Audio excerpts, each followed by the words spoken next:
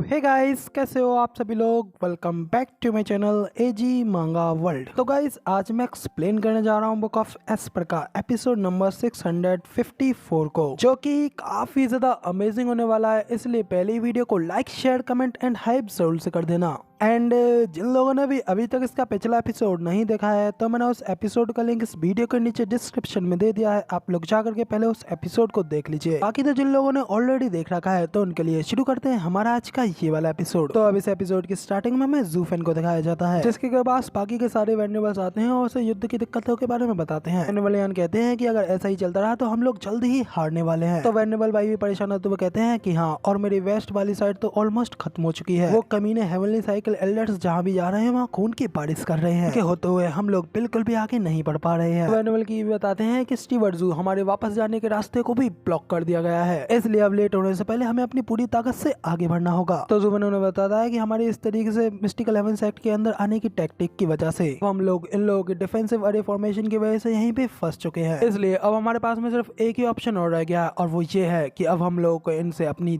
मौत तक लड़ना है। तो अब ज़ूफेन की ये बात सुनने के बाद में सभी वेंडेबल्स काफी ज्यादा गंभीर हो जाते हैं और ज़ूफेन को देखते हुए उसकी बात के ऊपर सोचने लगते हैं। फिर वेंडेबल भाई ज़ूफेन से पूछते हैं कि आखिर फिर हम लोग अब क्या करें, क्या वो हम लोग सचमुच मौत से लड़ने जा रहे हैं। तो ज़ूफेन उनसे कहता है कि नहीं, बिल्कुल नहीं, हमें सिर्फ और सिर्फ इनके लीडर को खत्म करना है, और उसके खत्म होते ही बाकी सभी लोग भी हार मान जाएंगे। तो ज़ूफेन की ये बात सुनकर तो सभी वेंडेबल मिस्टिकल हेवन सेक्ट के सेक्ट लीडर की ओर घूर करके देखने लगते हैं, जबकि वो भी उन लोगों की ओर गौर से देखने लगता है। फिर वो अपने भाले को उठा करके चिल्ला करके उन लोगों से कहता है कि तुम लोग मुझे चाहते हो, लेकिन कमीनों याद रखना, तुम उस तक बिल्कुल नहीं पहुंच पाओगे। तो वेंडेबलियन हंसते हुए से कहते हैं कि वो तो अब तभी पता चलेगा जब हम लोग ये चीज ट्राई करेंगे कि ब्रदर्स आगे बढ़ो और हमला करके उस ओल्ड कोड को पकड़ लो, क्योंकि अब हम लोग अगले दिन का सूरज देख पाएंगे या नहीं, ये चीज अब इसी क्षण पर निर्भर करती है। इसलिए अब हमें अपनी जान की बाजी लगा करके भी इस ओल्ड कोड को पकड़ना ही होगा। तो सुनकर तो इधर भाई सेक्ट लीडर जवान भी काफी ज्यादा शौक हो जाता है, क्योंकि अब सभी लोग उसके ऊपर ही हमला करने वाले हैं। जिसके साथ ही हमें दिखाई देता है कि वहाँ के सभी एल्डर्स और डिसाइपल्स वो सभी लोग आगे बढ़ते हैं और एक साथ सेक्ट लीडर जवान के ऊपर टूट पड़ते हैं।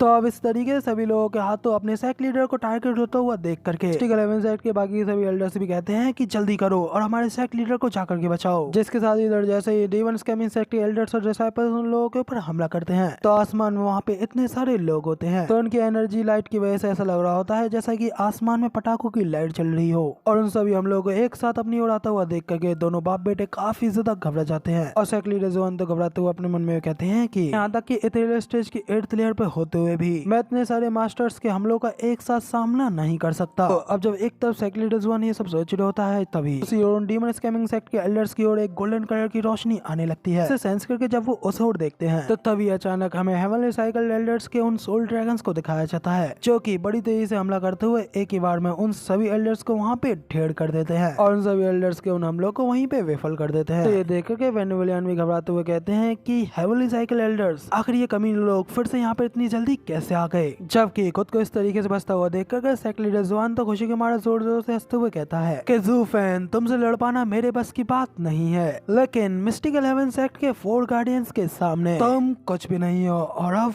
खत्म होने वाले हो। तुम मुझे चाहते थे ना, तो फिर आ जाओ और मुझे ले लो, लेकिन मुझे लेने से पहले तुम्हें हमारे वेंडेबल्स से होकर के गुजरना होगा। तो इस पे यंग मास्टर जाओ भी ज़ूफेन से कहता है कि ज़ूफेन, तुम नीच डीमन, तुमने मेरी जूनियर सिस्टर को बेवकूफ बना करके अपने प्यार में गिरा लिया, तुम तो साले कुत्ते से भी नीच हो, लेकिन मैं अब तुम्हें जल्दी छोटे छोटे टुकड़ों में काट करके भेड़ियों के सामने फेंक दूंगा, और फिर वो नजारा देखने के लायक होगा। इस पे बाकी के सभी वेंडेबल्स तो कुछ नहीं कह पाते, लेकिन ज़ूफेन आगे बढ़ता है और उनसे कहता है कि तुम लोगों ने ही मुझे इतनी ज्यादा आगे बढ़ने के लिए फोर्स किया है, इसलिए अब इस चीज के जिम्मेदार तुम ही हो, इसलिए बाद में बिल्कुल मत पछताना कि अब मैं अपने आखिरी ट्रुप के एक का इस्तेमाल करने जा रहा हूँ। ज़ूफेन के इस बात पर वेंडेबलियन ज़ूफेन से कहते हैं कि ज़ूफेन, क्या तुम अब खुद उन लोगों से लड़ने जा रहे हो। तो कैनिंग भी कहती है कि अगर तुम खुद वहाँ पे जाकर के लड़ोगे तो भी इससे क्या फर्क पड़ेगा, क्योंकि वो 4 वेंडेबल्स तो बेहद ही ज्यादा पावरफुल हैं। तो फिर आखिर आप उनका मैच कैसे कर पाओगे। फिर क्विलिंग अपनी बंदी से हंसते हुए कहता है कि कैनियर, तुम अभी तक हमारे स्टीवर्ट ज़ू को ढंग से नहीं समझी हो, उनके पास में हमेशा अनगिनत चालें रहती हैं, और तुमने स्टीवर्ट ज़ू की ब्लैक फ्लेम को तो अभी तक देखा ही नहीं है। हमारे स्टीवर्ट ज़ू खुद फ्रीक्स को बनाते हैं, और किसी भी तरीके के फ्रीक को अपने मेकर से तो मिलना ही होता है। क्विलिंग की ये बातों को सुनकर तो ज़ूफेन भी अपना मुंह बनाते हुए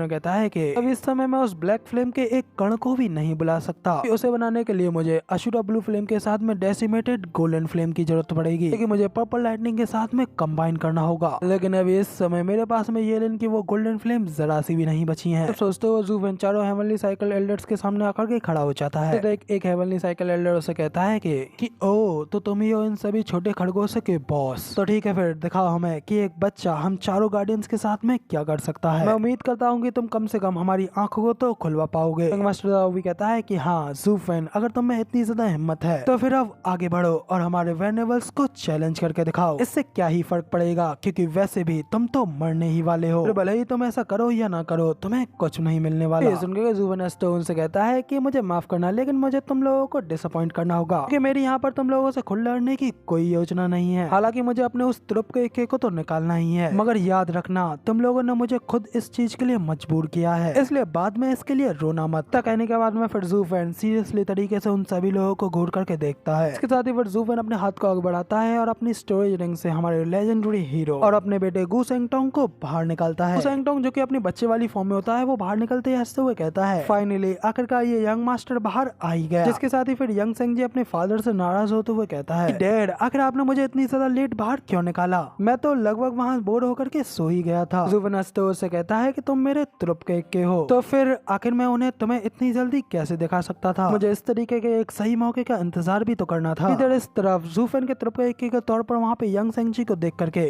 तो काफी ज्यादा हैरान होते हुए कहते हैं कि व्हाट द हेल, ज़ू फेन तुम अपने त्रुप के इक्के के बारे में बात कर रहे थे, तो फिर आखिर तुमने इस बच्चे को बाहर क्यों निकाल दिया। तो ज़ू फेन उसे कहता है कि एग्जैक्टली यही तो मेरा वो त्रुप का इक्का है। एक पिता के तौर पर मेरा बेटा ही मेरा सबसे बड़ा इक्का है। मिस्टिकल हेवन सेक, मेरी बात ध्यान से सुनो और अच्छी तरीके से सुनो। अब तुम लोगों को भी मुझ तक पहुंचने से पहले मेरे बेटे से होकर के गुजरना होगा। तो ज़ू फेन की ये बात सुनकर तो भाई सेकली रजवान और उसका बेटा दोनों ही आंखें फाड़ करके काफी ज्यादा शॉक हो गए होते हैं। और ज़ू फेन की बात सुनकर के उन्हें यकीन भी नहीं आ रहा होता है कि आखिर ये कैसी बहकी बहकी बातें कर रहा है। तभी वो आगे ज़ू फेन से कहते हैं कि वेस्टलैंड के सबसे बेस्ट मोस्ट टैलेंटेड डिसाइपल के बारे में काफी कुछ सुना है, कैसे वो डबल ड्रैगन गैदरिंग में कितना ज्यादा हीरोइक लग रहा था, लेकिन अब जरा देखो आखिर एंड पे जाकर के तुम ये क्या कर रहे हो। क्या तुम इस तरीके से एक छोटे से बच्चे के पीछे छुप रहे हो। तुमने तो वाकई में ऐसा करके मेरी आंखें खोल दी। वेनेबल की भी थोड़ा परेशान हो तो ज़ू फेन से कहते हैं कि स्टीवर्ट ज़ू, अगर आप इस तरीके से रस्सी के एंड पे हैं तो फिर आप अपनी पूरी ताकत के साथ में मौत से लड़ना ज्यादा बेहतर होगा, और उसे ऐसे किसी बच्चे के हाथ में सौंपने की क्या जरूरत है, या फिर क्या इसका यूज करके आप उनकी सहानुभूति जीतने की कोशिश कर रहे हैं। तभी वेनेबल यान भी कहते हैं कि हाँ एग्जैक्टली, ये सिर्फ एक बच्चा ही तो है, इसलिए मेरे ख्याल से हमको अपनी पूरी ताकत के साथ में इस बच्चे को बाहर निकालना चाहिए कि बाद में ये ग्रो होने के बाद में हमारा बदला लेने के लिए आ सके। क्या मेरी ये बात बेहतर नहीं है? तो फिर आखिर आप उसे इस तरीके से आगे क्यों ढकेल रहे हैं? इस तरीके से आप हमारी आशाओं को भी कुचल रहे हैं और अपने आप को मूर्ख बना रहे हैं। तो यंग सेंग भी भड़कते हुए उससे कहता है कि मोटे बास्टर, अगर तूने अब एक और शब्द आगे बोला तो याद रखना मैं तेरा सिर तोड़ करके उसमें एक बॉल की तरह किक मारूंगा। यंग सेंग जी को भड़कता हुआ देख करके उसे शांत करने के लिए किंग चेन उसके सिर को सहलाने लगती है। अगर इससे यंग सेंग जी और भी ज्यादा भड़क जाता है और पीछे मुड़ करके चिल्लाते हुए कहता है, यंग मास्टर को किसी के छूने से नफरत है, आखिर किसने छुआ मुझे, खासकर मेरे सिर को। तो इतना कहते ही जैसे ही वो अपने सामने किंग चेन को देखता है तो उसे देख करके वो भी एकदम शांत हो जाता है। तो किंग चेन भी उससे कहते हैं कि क्या तुम यंग सेंग जी हो? यंग सेंग जी, अब हमारी सुरक्षा तुम्हारे हाथों में है। फिर वहाँ पे किंग चेन और उसकी खूबसूरती को देख करके तो यंग सेंग जी भी वहाँ पे शांत खड़ा रह जाता है। ज़ू फेन से कहता है कि डैड, क्या ये वही लेजेंडरी फेरी है जिसके के बारे में आप कहते थे?